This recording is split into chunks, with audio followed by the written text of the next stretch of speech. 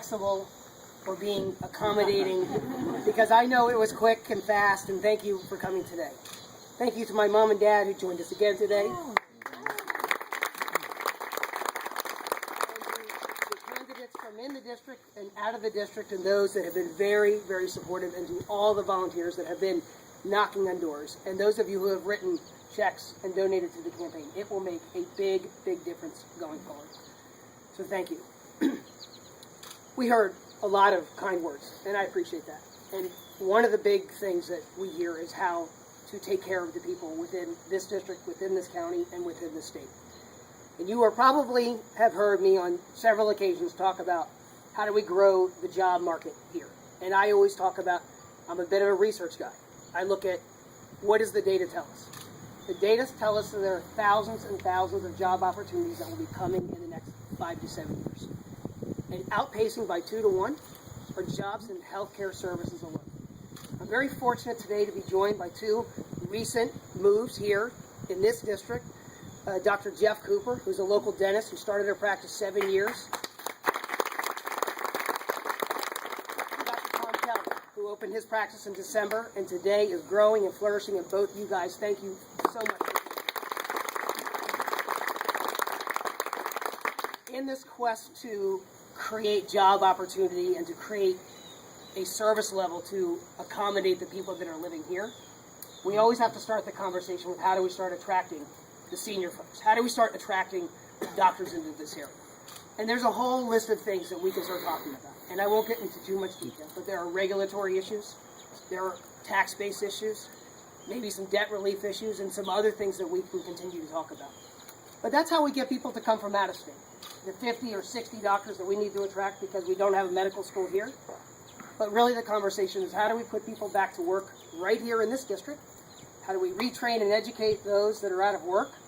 How do we make sure that the kids coming out of high school are prepared with science and math and the other types of jobs, other types of training they need to go into the workforce? And the kids going off to college have opportunity to come home and work right here. I look forward to working really, really hard with Pete, Jane, and some of the others in this room, and sir, quite honestly, and with you.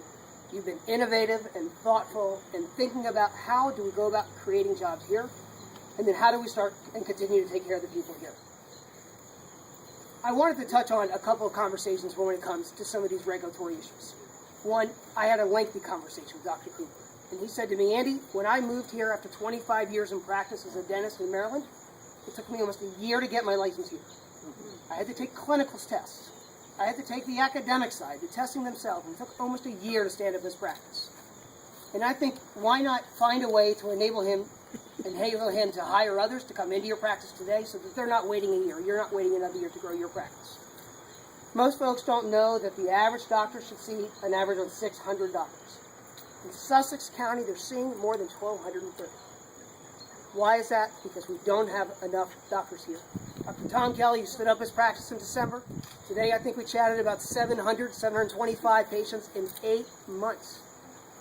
They are telling me they need help, that they want to find a way to better attract good quality healthcare professionals at the senior level, but that they need help so that we can hire locally and train and educate.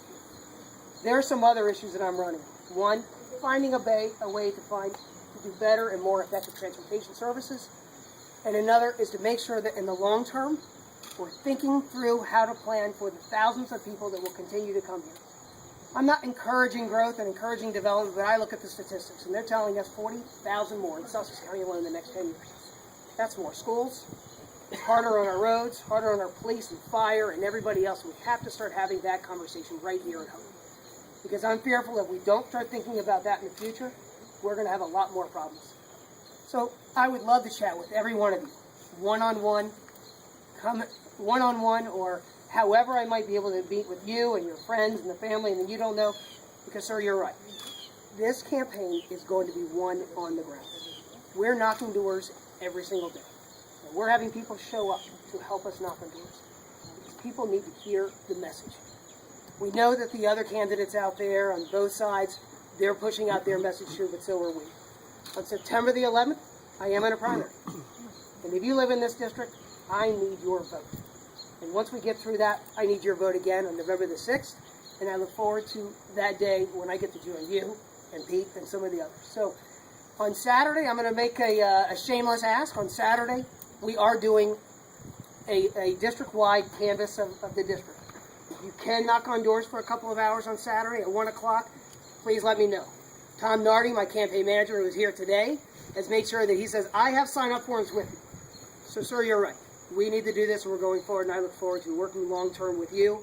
And I can't tell you how much I appreciate you coming in today and offering your endorsement for the campaign, and I promise I won't fail you.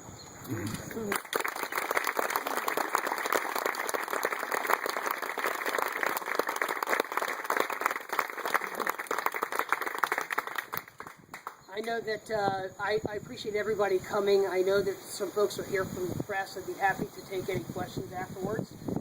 But thank you very, very much. And Tom is here. If you'd like to sign